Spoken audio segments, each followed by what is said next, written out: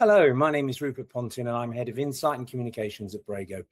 Welcome to the November Brego Auto Intel broadcast, in which we're going to have a look at what's happened in the UK car market during November, along with a short summary of the economic and political position that has impacted the UK auto retail sector in the last few weeks.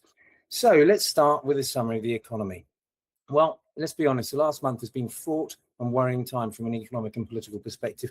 There's been considerable concern over what the Chancellor had planned for the budget, and numerous leaks and messaging painted a worrying picture around personal taxation and industry support as well. As it happens, there was an element of relief as the budget unfolded, forgiving the fact that the OBR released all the details half an hour before Rachel Reeves addressed Parliament.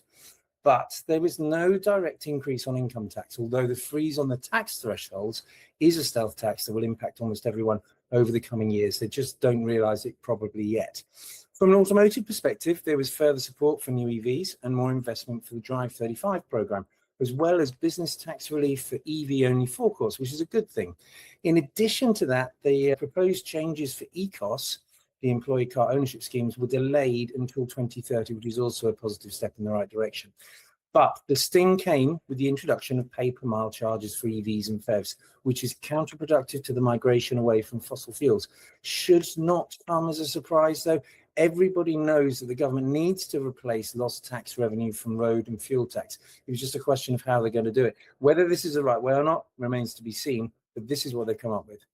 So, as I record this Brego broadcast, the Bank of England still has the base rate pegged at 4%, although it looks increasingly likely that this will drop in December as long as the inflation rate dips again as expected. That November drop to 3.6% was a bit of a surprise, so let's hope for an early Christmas present.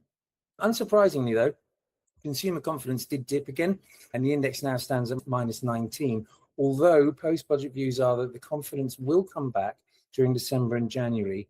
But we're just going to have to see how that works out, and it is dependent on so many different things. Other key indicators paint a poor view of the economy as it appears to squeeze consumers further. Unemployment has risen to 5%, the cost of a litre of fuel has increased despite dropping oil prices, and the major purchase index rate has fallen to minus 15.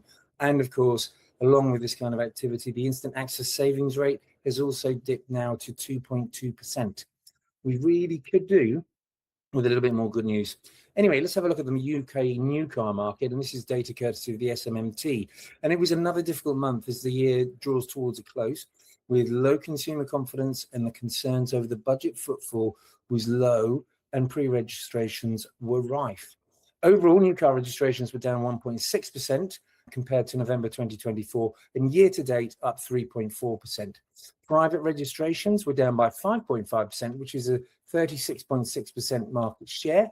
That's 1.5% less than last November. Year-to-date, private registrations were up 3.7%. That's a little bit less than last month, where they were standing at 4.6%, and that's a 38.9% market share.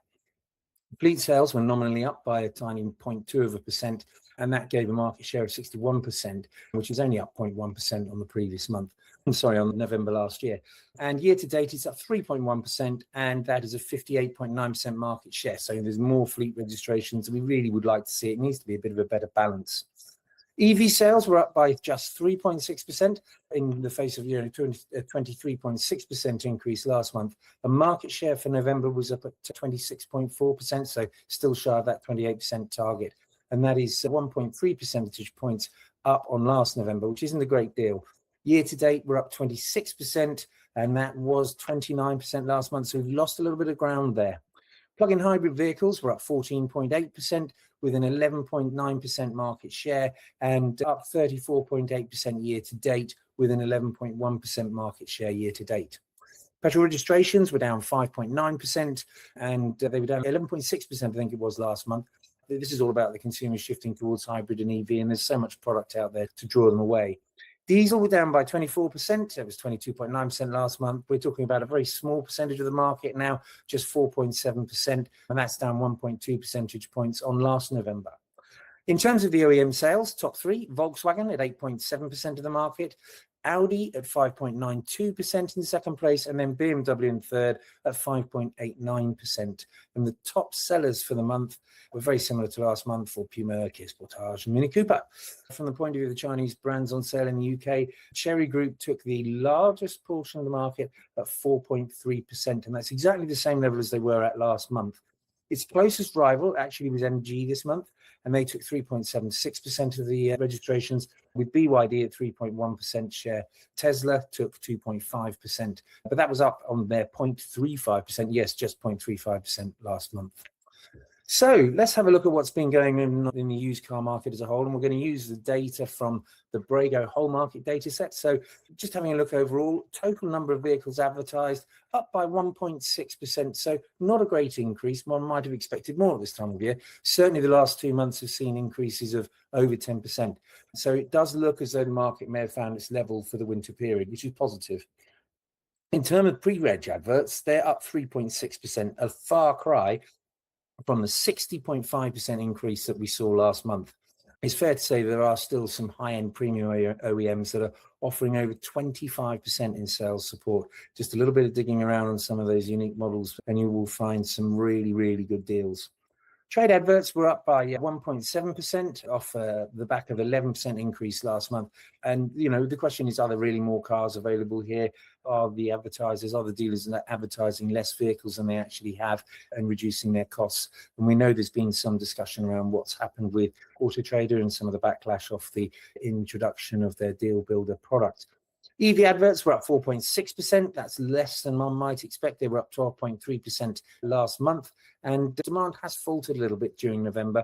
And I think that is really a reflection of the consumer confidence and worry about what was going to happen in the budget. And we're not really going to see what the reaction to the payment per mile charging proposals are in the used car market for a little while yet. But it is a concern that we're not incentivizing people in the right way into either new or used piece.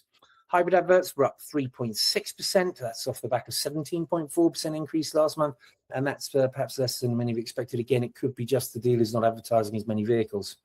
Petrol adverts were up a tiny 0.4%. And in terms of days to sale, the days to sale have increased by 1 day to 29.1.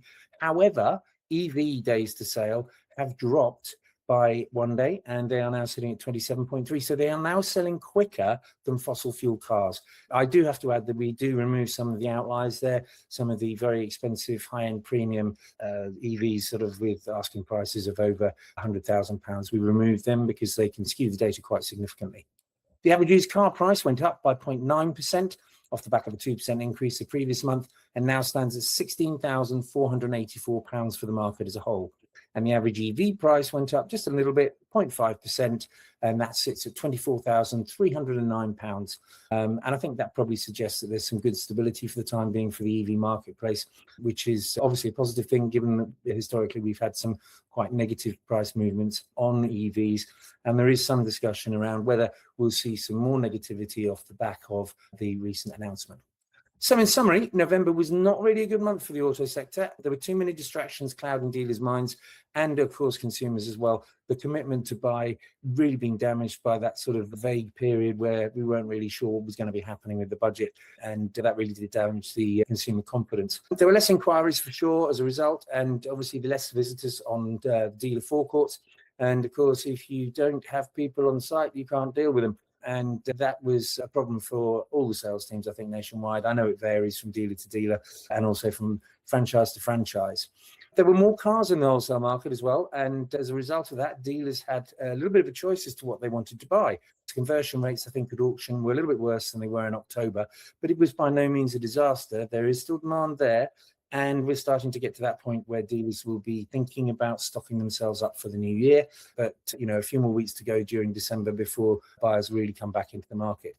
And of course, with more choice of cars comes the ability to pick and choose what you want to have. Do you want to buy stuff that has poor bodywork or mechanical defects? And the answer at the moment is they have been difficult to wholesale. Retailers are really seeking to maximize on margin. So repairing vehicles and increased prep times really not on their agenda at the moment.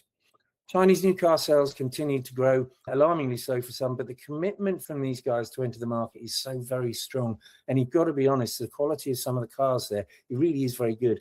and spec levels are pretty high. So it'll be interesting to see how they fare when they come back into the used marketplace. But, we really do have a bit of a challenge ahead of us in terms of Chinese entrants.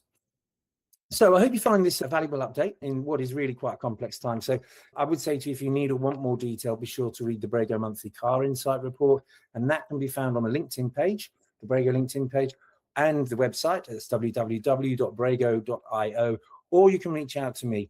As I said previous month, we're also going to start posting insight and market snapshots on Twitter, X, whatever you like to call it, and on YouTube. So watch out for those as well. And just as a final thing, I just wanted to reiterate that if you want to improve your market insight and understanding and really properly understand the nuances of today's market, then you need to have a speak with the Brego sales team. Andy, Safi, and Nick, they'd be delighted to show you how the Brego pricing and market data will help you, show you how our platform works, and can really help you see and feel more about what goes on in the marketplace. But ultimately, it's going to help you to increase your profitability for your business. Thank you for listening. See you soon.